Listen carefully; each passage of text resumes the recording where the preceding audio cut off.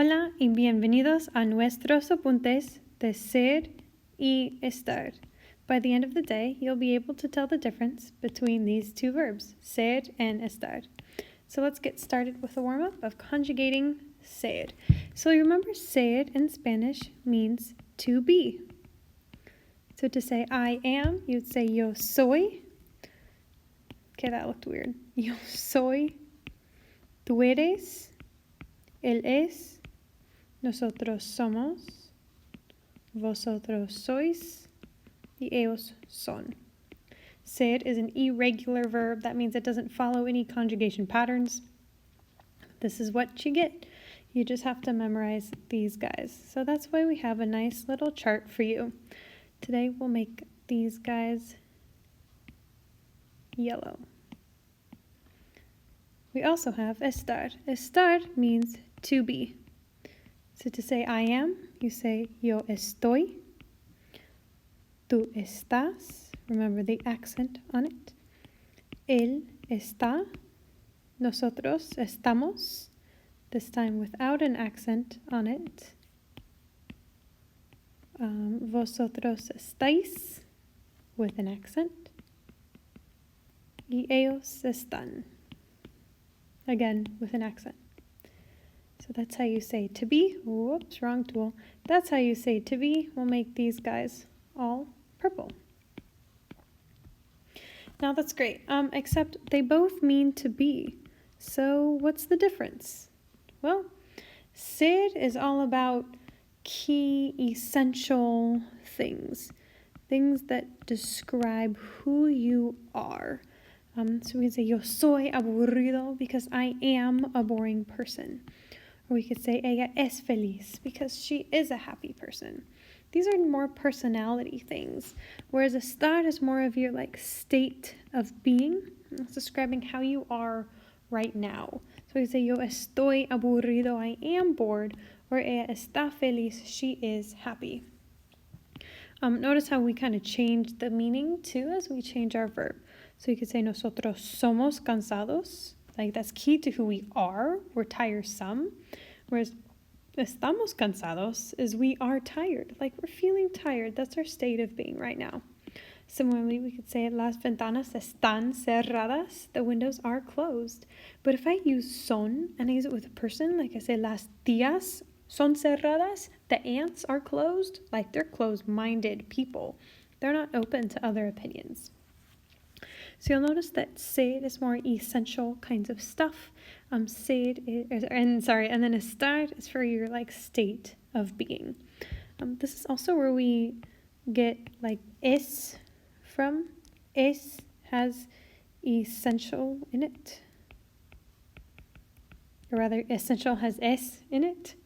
And then estar has state of being in it.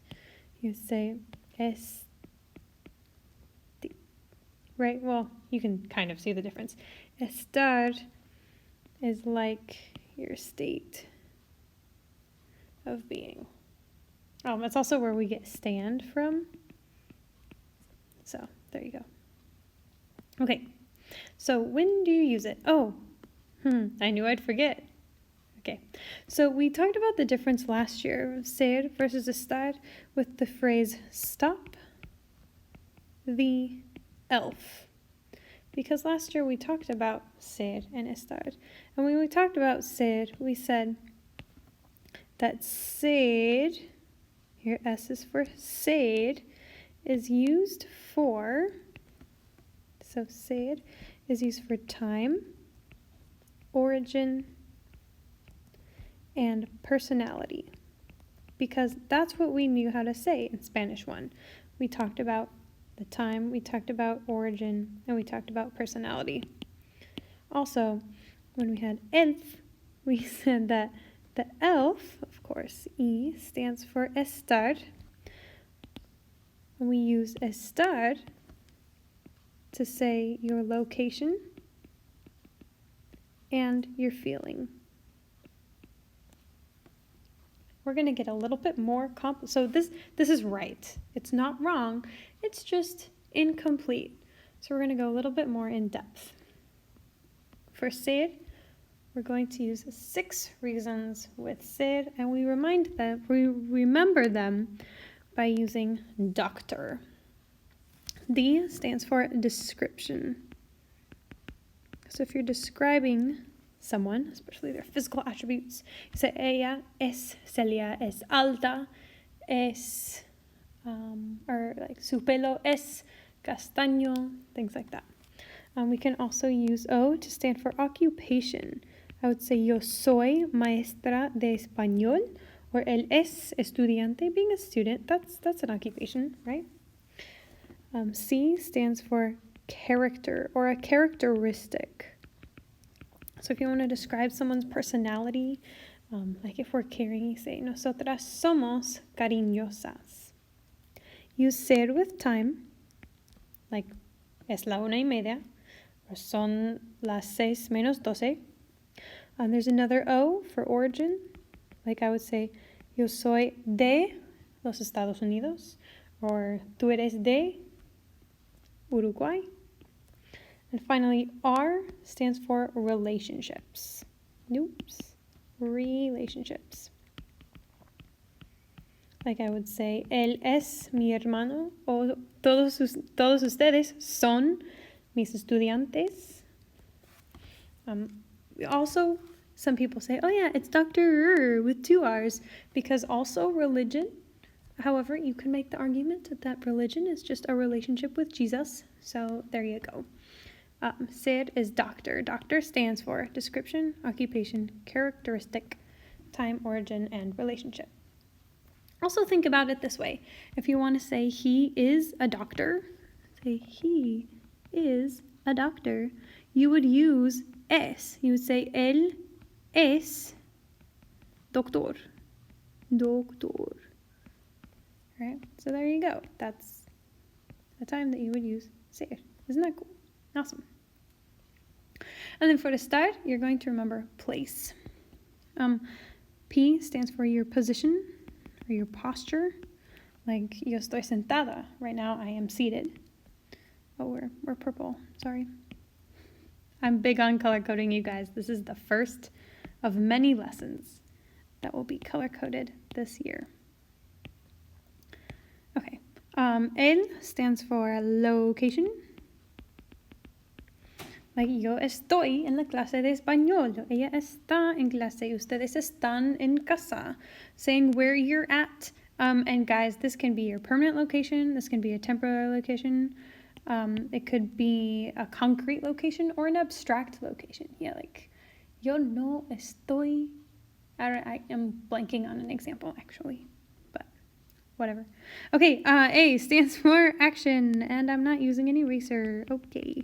A stands for action. So if you are doing something, like nosotros estamos cantando, we are singing right now. C stands for your condition. Like what's your mental state? State, estar, your state of being. What is your physical condition? Are you sick? Are you ill? Are you healthy? Say ellos están enfermos hoy. And then finally, E stands for emotion. How are you emoting right now? How are you feeling? ¿Estás contento?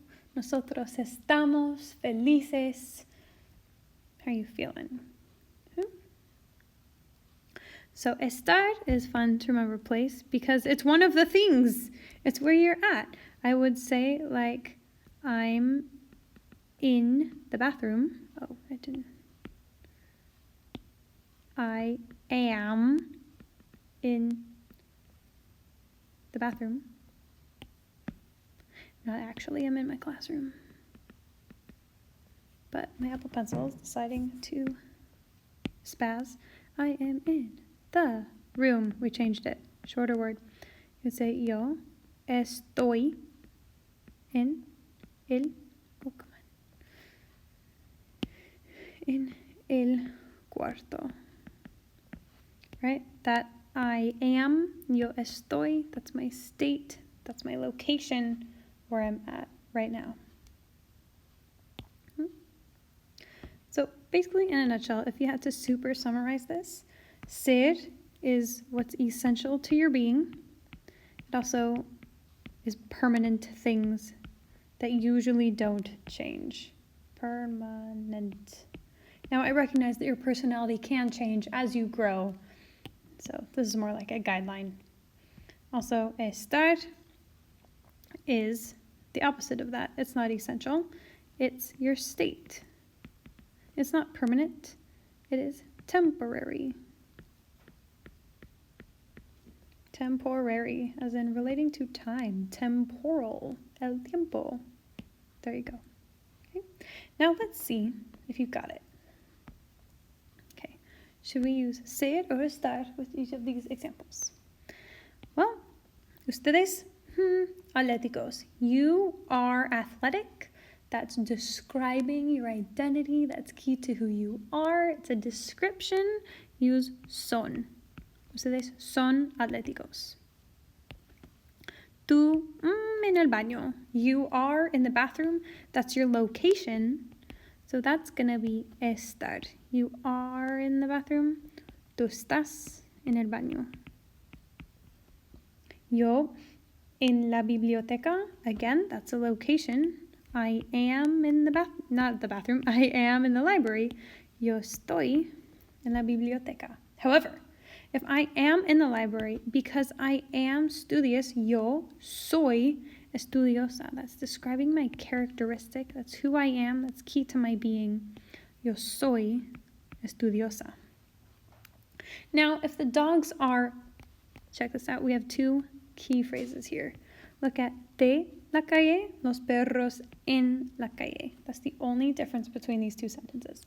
So los perros de la calle, they're from the street, they're street dogs. That's their origin. So we're going to say son. They're of the street, son de la calle. However, if the dogs are just playing around and making bad life choices, they're just in the street right now, running into traffic, chasing cars, as dogs do, but they'll get out. We say están. That's their location. Están en la calle. Finally, we have our friends Caleb and Brian. They are athletes. That's what they do. They are athletes. That's key to who they are. It's describing their occupation. Maybe they don't get paid, but we'll call it their occupation anyway. We'd say son atletas. And no, that's not a typo. It's el atleta is feminine. I mean masculine. Shoot. It is masculine. I promise. That's not an error. El atleta is masculine. So, fun fact, but we'll talk about that later. But they are happy. They're happy right now because they're in Spanish class. So, of course, although that's temporary, that's their feeling right now. We'd say ellos están felices because that's their emotion. Okay. Yeah, so we picked ustedes son. I'm not going to write down why. I talked you through why. Okay. So, do you think you got it? Now, translate each one of these sentences into Spanish. Check out your vocab on Quizlet. If you tap on it, I'll take you to Quizlet. It'll be great. Or maybe it doesn't like me. There it goes. Okay, cool. Let's go ahead and pause this video and then do your best at translating. We'll check your answers after you unpause. Okay, you unpaused. First, I'm going to highlight when I'm going to use ser and when I'm going to use estar. Now remember that ser is for permanent. I'm going to say essential. I like essential better. Essential. And estar is for my state of being. So let's just do the ser stuff. Is in the dining room? Nope, it is white. That's key to what it is. The dresser is in the closet? Nope, it is black. That's describing. The lamps are green. That's going to be es. The rug is orange. That's going to be es. And they are yellow. Next, estar is your state of being. So it's a location, location, location, location, and location. So finally, our translation is la radio está en el comedor. Es blanca. Check out that adjective agreement right there. We have Blanca agreeing with la radio. And I know it ends in O, but sorry, it's feminine. Okay. La cómoda está en el armario. Es negra. Again, we have feminine, la cómoda, negra. The lamps are green. Las lámparas son verdes. Están en el patio. Again, adjective agreement. This time feminine plural, lámparas verdes.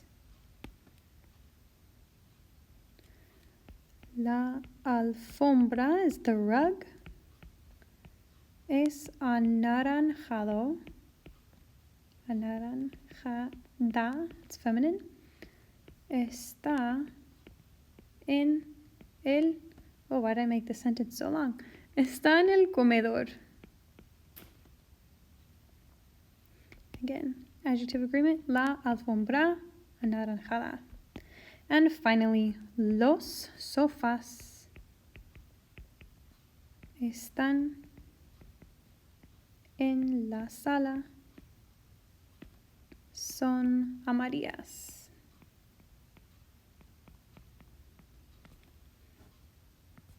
Oh, my word. Okay. It won't let me put the period down. There you go. Alrighty.